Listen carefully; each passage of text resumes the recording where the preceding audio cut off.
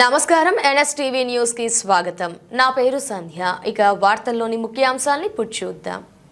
నిజామాబాద్ జిల్లా నవీపేట మండలంలో వ్యవసాయ శాఖ ఆధ్వర్యంలో రైతులకు అవగాహన కార్యక్రమం నిర్వహించారు.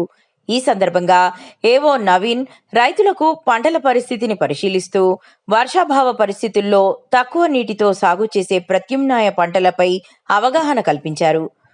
కుసుమ, పెసర వంటి పంటలను సాగు చేయాలని, వాతావరణ పరిస్థితులకు అనుగుణంగా పంటల ఎంపిక చేసుకోవాలని రైతులకు సూచించారు. అలాగే ఏఈఓ అజయ్ మాట్లాడుతూ రైతులు వ్యవసాయ శాఖ అధికారుల సూచనలు పాటిస్తూ పంటల నిర్వహణ చేపట్టాలని కోరారు.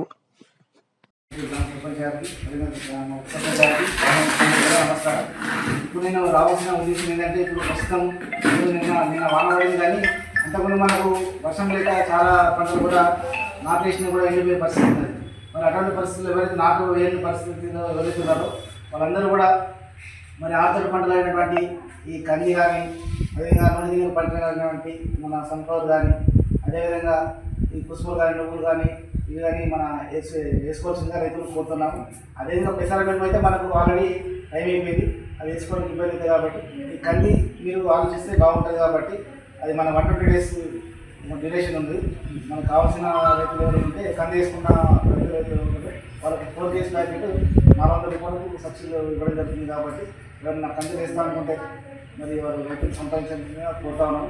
అదేవిధంగా మరి గత వర్షానికి అయితే మన ఆల్రెడీ మన రోడ్డు పంట మొత్తం అన్ని కొద్దిగా ఇండిపెండెంట్ అయింది.